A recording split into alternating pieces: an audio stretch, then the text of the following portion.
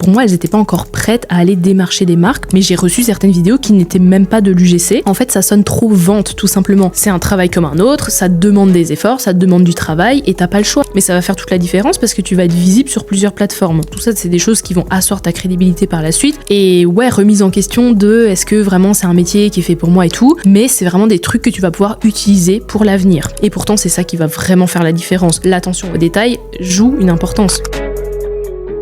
Bienvenue dans Coulisses d'une créatrice. Hello, j'espère que tu vas bien. Je te retrouve aujourd'hui pour un épisode de podcast un peu plus pratico-pratique où je vais te partager 10 conseils pour réussir dans le métier de créatrice UGC. J'avais déjà fait une version de cet épisode, mais à l'époque avec 10 conseils pour échouer dans l'UGC parce que je trouvais intéressant de se poser la question inverse et de repérer en fait les choses qu'il faut pas faire dans l'UGC. Ça te permet d'identifier les obstacles, les erreurs que tu pourrais commettre et du coup bien faire les choses. Et je me suis dit que cette fois-ci j'allais faire l'épisode dans le bon sens, on va dire, avec 10 conseils pour réussir dans le métier de créatrice UGC. Et j'ai aussi été inspirée par le UGC Mastery que j'ai organisé ici, qui vient de se terminer. Enfin, aujourd'hui, c'est le live, même si toi, tu entendras cet épisode de podcast une semaine après, normalement. Mais donc, ici, le UGC Mastery se termine. Et c'est vrai que je remarque qu'il reste parfois des questions. Enfin, même si le UGC Mastery, le but, c'était de se concentrer sur la création de contenu vidéo. Je vois qu'il y a certaines filles qui se sont déjà lancées, qui n'arrivent pas à avoir les résultats qu'elles souhaitent. Et en fait, tout simplement parce qu'il y a des choses qui vont pas au niveau de la prospection, au niveau de la négociation, au niveau même des vidéos. Enfin, j'ai repéré certaines choses comme ça et je me suis dit que ça pourrait être intéressant d'en faire carrément un épisode de podcast et de partager mes conseils pour t'aider à mieux réussir dans le métier UGC et de comprendre aussi les choses qui pourraient faire que tu n'obtiens pas les résultats que tu désires aujourd'hui. Donc je vais commencer tout de suite avec le premier conseil qui est de perfectionner tes skills en création de contenu avant d'aller démarcher. Ça, c'est super important et je l'ai remarqué du coup dans le UGC Mastery.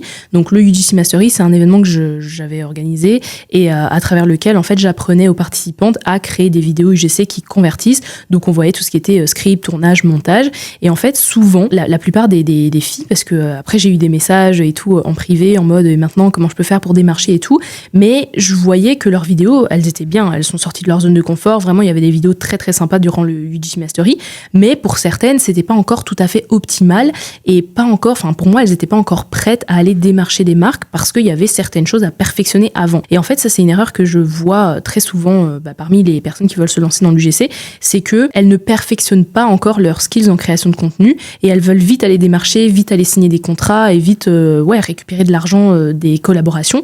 Mais en fait, c'est pas dans ce sens-là qu'ils font fonctionner. Et c'est un peu comme avec tous les métiers. Pour moi, avant de te lancer, évidemment, tu vas apprendre quand tu vas te lancer et tu vas apprendre avec tes clients, tu vas t'améliorer, etc. Mais pour moi, avant de déjà vouloir aller démarcher, déjà vouloir prospecter, envoyer des mails et tout ça, il faut vraiment que tu te concentres sur le cœur de ton métier. Et là, le cœur du métier de créatrice UGC, c'est la création de contenu vidéo.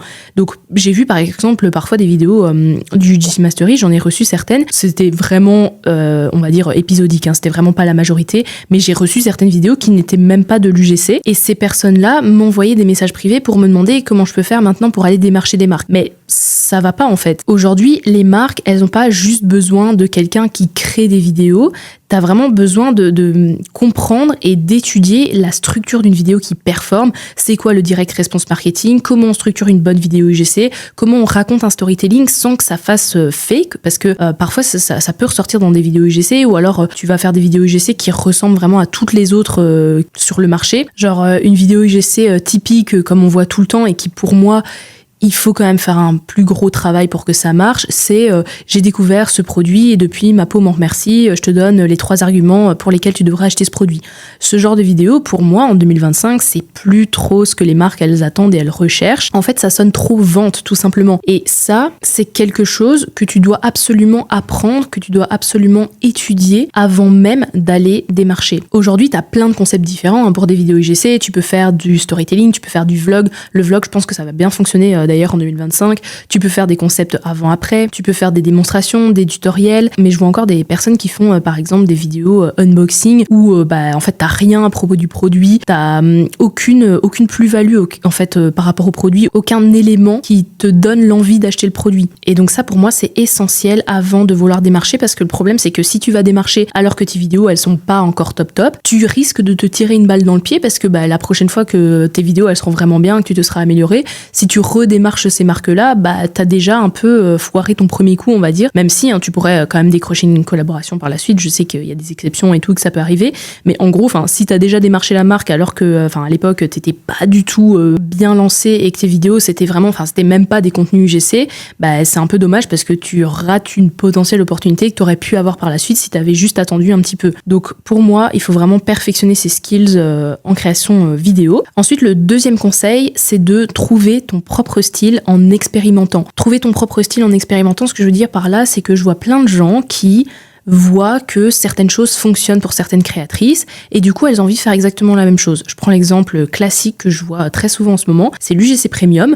Donc je vois de plus en plus de personnes qui se lancent dans l'UGC Premium, il y en a qui le font très très bien et en fait il y en a d'autres qui se lancent dans l'UGC Premium mais qui sont pas forcément à l'aise avec cette thématique, qui sont pas forcément à l'aise de tourner avec des caméras, qui sont pas forcément à l'aise de faire des vidéos un peu plus esthétiques, un peu plus propres et tout ça, mais simplement elles voient que ça fonctionne pour quelqu'un, elles se disent waouh, regarde, elle travaille avec des marques de luxe et tout, des marques incroyables, moi aussi j'ai envie de travailler avec ce genre de marque et du coup elles se lancent dans l'UGC Premium, mais c'est pas vraiment ce type de contenu qui les anime, qui les fait kiffer en fait et surtout avec lequel elles sont à l'aise. Si un style ne te correspond pas ou même si une niche ne te correspond pas, il faut pas vouloir te lancer là-dedans. Si par exemple toi tout ce qui te fait kiffer c'est je sais pas les secteurs du jardinage, les secteurs les trucs les produits pour les animaux, les trucs un peu plus nature, bien-être, ne te lance pas à vouloir collaborer avec des marques de skincare ou de make-up ou alors vouloir te lancer dans l'UGC Premium parce que tu vois que ça fonctionne pour certaines personnes. Donc pour moi, avant de se dire ok, moi c'est ça que je veux faire de l'UGC Premium ou je veux faire de l'UGC vlog, on va dire, essaye d'expérimenter un maximum avant, fais différents types de vidéos, fais différents concepts, ouvre-toi aussi à des niches différentes, ne te dis pas voilà, moi j'aime la mode, je veux uniquement travailler dans le secteur de la mode.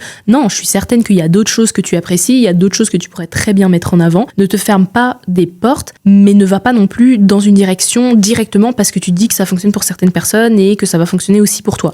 Vraiment, fais en sorte d'expérimenter un maximum, de tester différents styles. Tu vas peut-être te rendre compte, genre moi par exemple quand j'ai commencé l'UGC, je me disais ok, il faut que je travaille avec des marques de skincare et de make-up. Genre c'était les premières collaborations que j'ai eues, c'était dans ces secteurs-là. Et en fait au fur et à mesure, je me suis rendu compte que c'était pas forcément mon truc. Genre, tu me vois à la caméra, sauf si tu m'écoutes en format audio, mais je suis vraiment quelqu'un qui se maquille très très peu. Je mets jamais de fond de teint. Le plus que je peux mettre, c'est du mascara et de l'eyeliner. Et pourtant, je voulais travailler avec des marques dans le make-up. Tout simplement pourquoi ? Parce que j'ai été influencée par les créatrices américaines à l'époque. Je voyais qu'elles collaboraient avec des marques comme Sephora par exemple, et je me disais waouh, moi aussi, ce serait trop bien, ce serait trop hype de travailler avec Sephora, alors que en soi, là, à l'heure actuelle, maintenant, c'est vraiment pas un truc qui m'intéresse. Et je me souviens que quand je faisais ces vidéos UGC là, dans le secteur du skincare et du make-up, je me sentais jamais super à l'aise et super légitime parce que c'est pas quelque chose que je fais vraiment au quotidien. Genre, déjà, ma skincare, j'ai pas de skincare, genre, j'ai un savon et j'ai une crème Nivea et c'est tout. Genre, je suis pas légitime de faire des vidéos UGC skincare parce que c'est pas un domaine qui m'intéresse. Et pourtant, je voulais me lancer là-dedans parce que je voyais que ça fonctionnait bien pour les américaines. Et c'est en fait en expérimentant, en m'ouvrant à d'autres secteurs, à d'autres niches, que je me suis rendu compte, ok, en fait, moi, ce qui me fait kiffer, c'est plutôt ça. Donc ça, c'est vraiment un truc que je te conseille, c'est trouver ton propre style en expérimentant et ne pas te fermer parce que tu vois que, voilà, ça fonctionne pour telle personne et voilà. Ensuite, le troisième conseil, c'est de poster régulièrement sur les réseaux sociaux et quand je dis régulièrement, c'est 3 à 4 fois par semaine. C'est important, pourquoi ? Parce que c'est ça qui va te permettre d'être visible, c'est ça qui va te permettre d'avoir de la data parce que tu vas avoir beaucoup de posts et tu vas pouvoir analyser ce qui fonctionne et ce qui te rapporte des inbounds. Donc je le rappelle, des inbounds, c'est quand les marques viennent à toi ou les agences, elles te trouvent via les réseaux sociaux, via le bouche à oreille, peu importe, et c'est elles qui te contactent et qui te proposent une collaboration. Et ça, pour moi, c'est super important et je vois trop de personnes qui négligent ça. Genre, j'ai eu des personnes pendant le Mastery qui me disaient ouais, je comprends pas, pourtant je poste sur les réseaux et tout, et je vois que son dernier post, il date d'il y a 2 semaines et son post d'avant, c'était 2 semaines encore avant. Tu vas pas crouler sous les inbounds si tu publies une fois toutes les 2 semaines. Tu dois revenir régulièrement sur la plateforme. C'est aussi comme ça que les réseaux sociaux, ils te mettent en avant parce qu'ils voient que voilà, t'es active.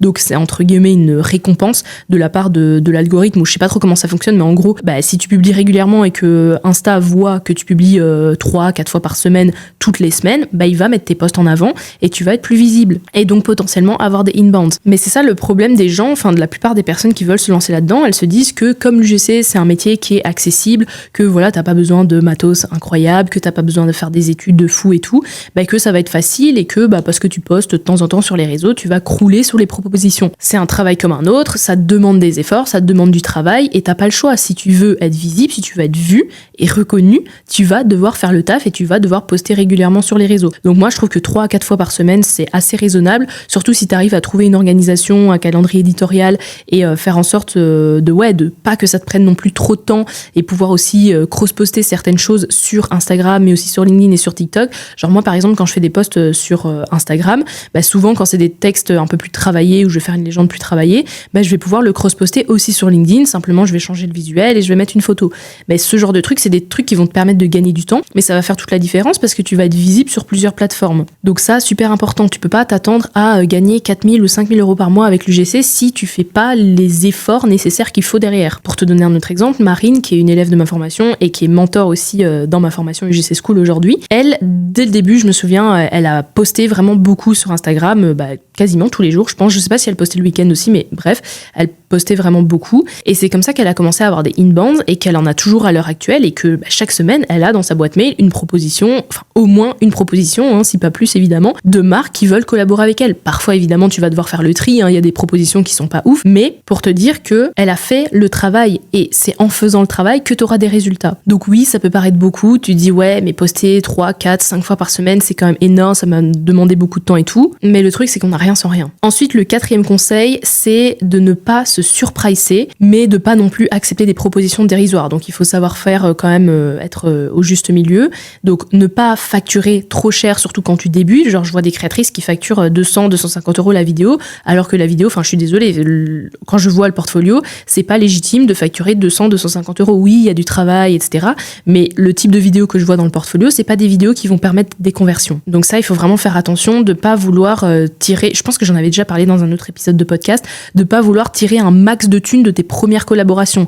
Tes premières collaborations, elles sont là pour te faire la main, sauf si évidemment tu es déjà légitime, que tu es déjà dans la création de contenu, que voilà, le marketing et tout ça, enfin c'est quelque chose qui, t'es à l'aise avec ça, tu connais tous les codes, mais si c'est les débuts, ne va pas essayer de tirer des 200 euros sur des vidéos UGC. Mais comme j'ai dit, il faut pas non plus accepter des propositions dérisoires, genre tu sais, il y a des applications parfois où tu peux faire ta vidéo et t'es payé genre 30, 50 euros. Bon, ça, il faut quand même pas abuser parce que ça, c'est vraiment dérisoire et quand tu fais les comptes avec tout ce que tu dois remettre à l'État et tout, il te reste vraiment pas grand-chose dans ta poche.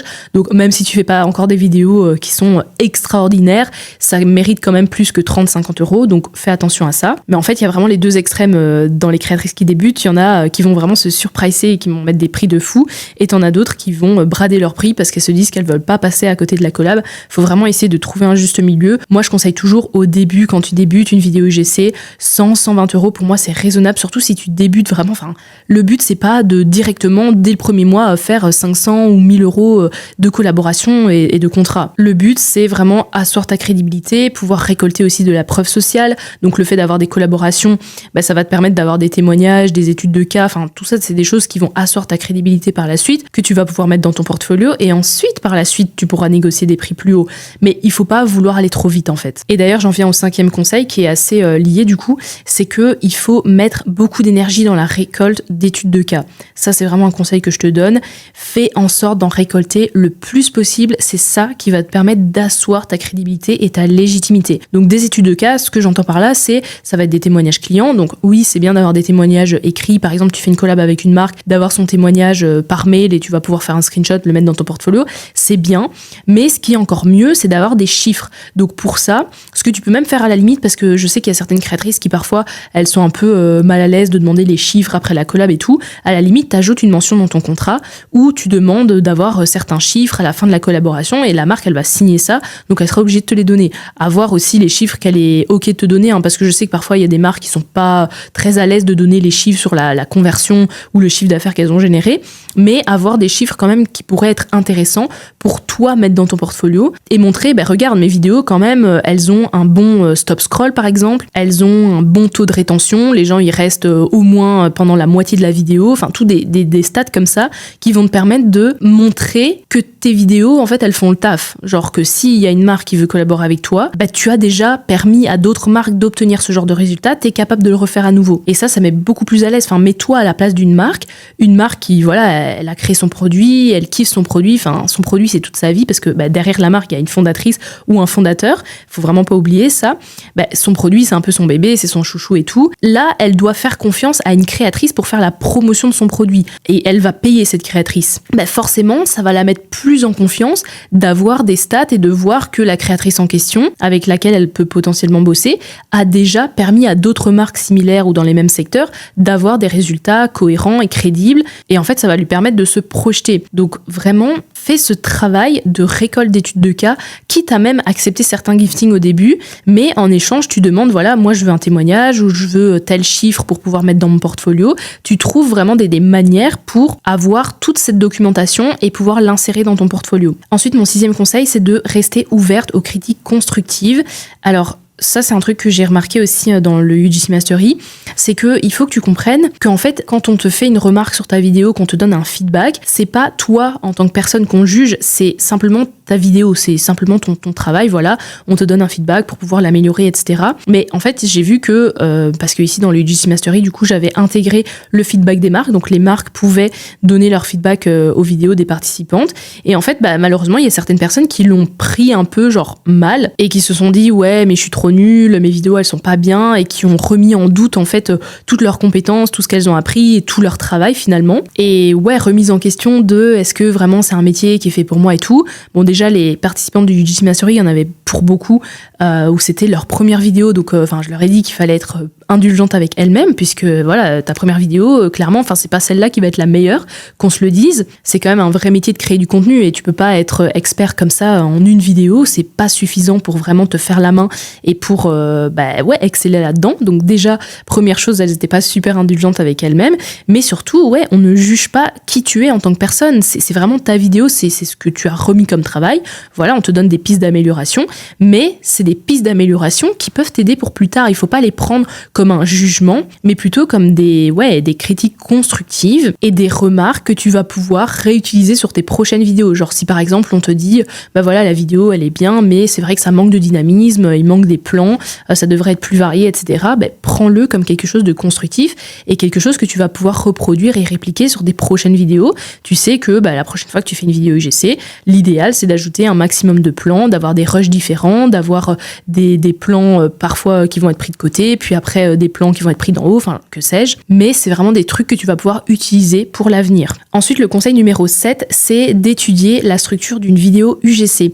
Donc la structure d'une vidéo UGC, je sais que peut-être que tu connais la structure classique qui est hook, argument, call to action, mais en fait c'est bien aussi d'apprendre d'autres techniques, d'autres concepts et de vraiment comprendre ce qui fait qu'une personne passe à l'action quand elle voit une vidéo. Parce que oui, c'est très bien la structure hook, argument, call to action, mais le problème c'est qu'avec cette structure, on est souvent dans le j'ai testé ce produit et ça a changé ma vie, il faut absolument que tu le testes. Et en fait, ça fait des vidéos qui finalement restent très semblables, très similaires, et il faut être capable de se détacher de ça et de vraiment apprendre les fondamentaux du marketing et de qu'est-ce qui fait que une personne qui est en train de scroller, qu'est-ce qui fait qu'elle va s'arrêter, regarder ta vidéo et ensuite aller passer à l'action, donc soit aller sur un site web si c'est une publicité de trafic ou alors faire un achat si c'est une publicité de conversion. Comment est-ce que tu arrives à faire passer un simple spectateur qui scrolle à une personne qui passe à l'action? Et ça, c'est super important. Et c'est ce pourquoi les marques vont te payer. Bien sûr, elles vont te payer pour les plans que tu vas tourner, pour les vidéos esthétiques, etc. que tu vas faire.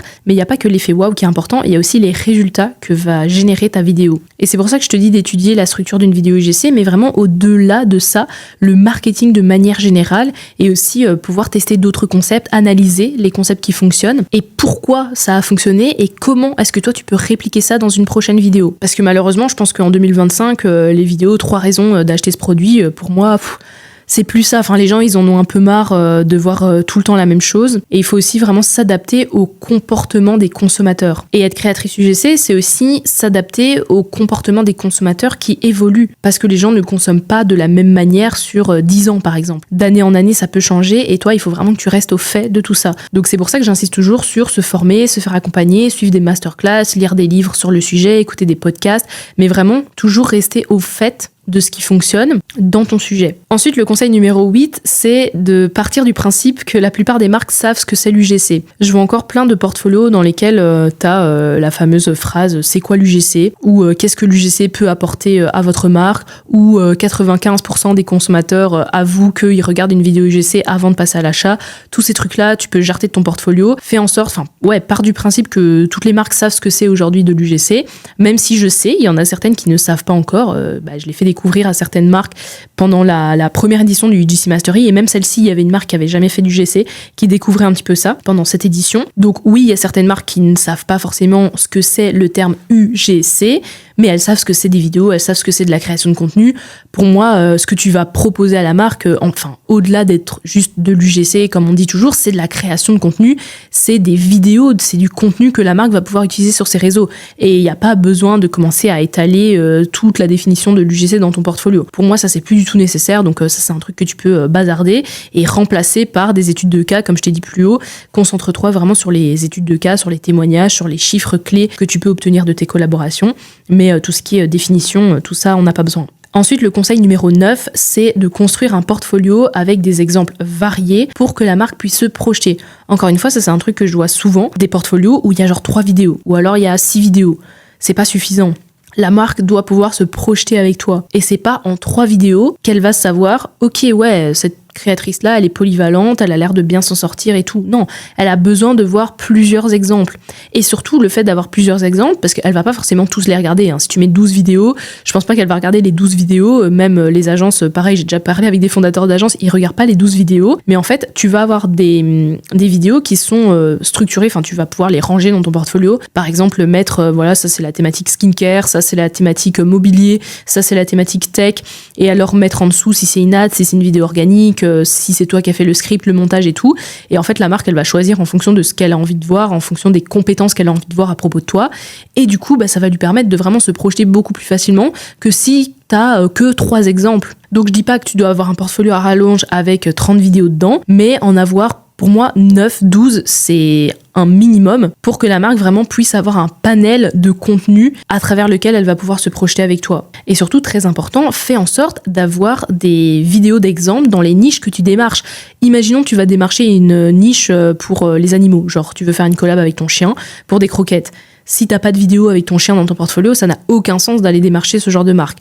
Ça, normalement, ça te paraît logique. Et pourtant, je vois plein de personnes qui démarchent des marques de mobilier, donc des meubles, de la déco et tout ça, et qui n'ont aucune vidéo lifestyle, aucune vidéo mobilier dans leur portfolio. C'est complètement illogique. Comment veux-tu que la marque puisse imaginer le type de contenu que tu pourrais réaliser pour elle ?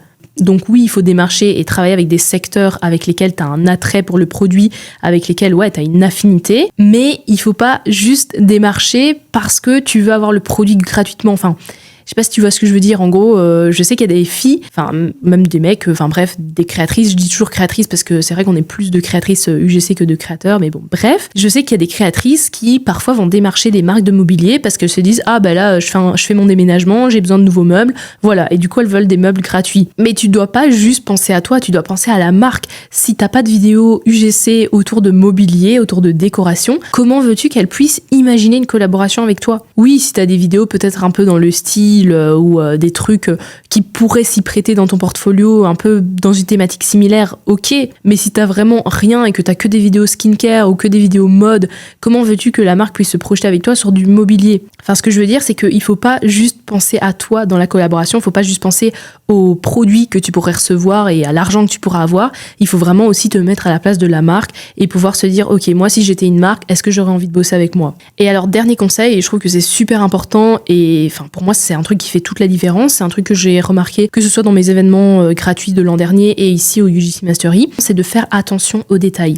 Parce qu'en fait, la plupart des gens ne font pas attention aux détails. Et pourtant, c'est ça qui peut faire toute la différence. Je vais te donner un exemple classique, un truc que je vois tout le temps. C'est quand tu vas faire une vidéo, tu vas la sous-titrer et t'as ton mot qui va se mettre sur 2 lignes. Genre, par exemple, tu as le mot intéressant et tu as intérêt qui va se mettre sur la première ligne et récent qui va se mettre sur la 2e ligne. Genre, ton mot, il va être coupé sur 2 lignes.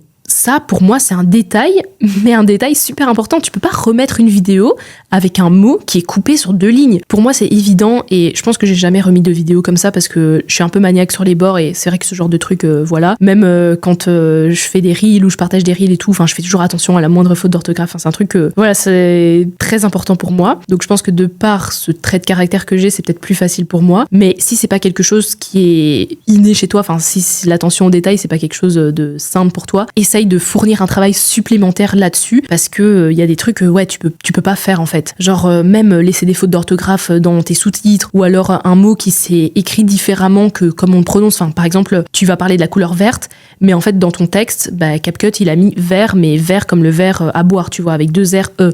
Tu peux pas laisser ça, tu vois, ça c'est le genre de truc où t'es obligé de regarder ta vidéo genre 10 fois pour être sûr qu'elle soit parfaite et que tu puisses la livrer à la marque. Et ça c'est un truc que ouais j'ai remarqué, enfin pas juste dans l'UGC Mastery, en vrai je le remarque régulièrement et même comme j'ai dit dans mes événements gratuits, mais l'attention aux détails c'est quelque chose que tout le monde n'a pas forcément et pourtant c'est ça qui va vraiment faire la différence. Donc ça peut être au niveau des sous-titres, ça peut être au niveau des vêtements que tu vas porter dans la vidéo, donc toujours faire attention de pas avoir des logos apparents. Si t'as un logo apparent dans une vidéo alors que ouais tu fais une vidéo pour une marque, c'est pas cool et surtout si c'est un logo d'une marque concurrente, ça c'est encore pire. Ou même il y a un autre truc que je dis tout le temps et je l'ai dit pendant le UGC Mastery et je me suis dit elles vont peut-être penser que je suis folle les filles, mais en vrai c'est un détail et moi on me l'a déjà dit dans une collab UGC, mais en gros c'est les ongles, genre faire attention que tes ongles ils soient propres, ils soient nickel, ils soient bien limés, ils soient bien coupés, genre enfin il faut pas forcément aller faire ses ongles chez une prothésiste ongulaire, mais si imaginons tu fais une vidéo skincare ou une vidéo où t'as des close-up sur tes ongles, c'est pas ouf d'avoir une repousse de 1 cm ou d'avoir des ongles, enfin avoir un ongle qui est cassé et tout. Tu peux te dire que je suis folle et que je vais trop loin dans le détail et tout, mais j'ai déjà eu des retours dans ce sens-là des marques, et même durant le UGC Mastery, il y a des marques qui ont fait ce genre de feedback, donc c'est que clairement l'attention aux détails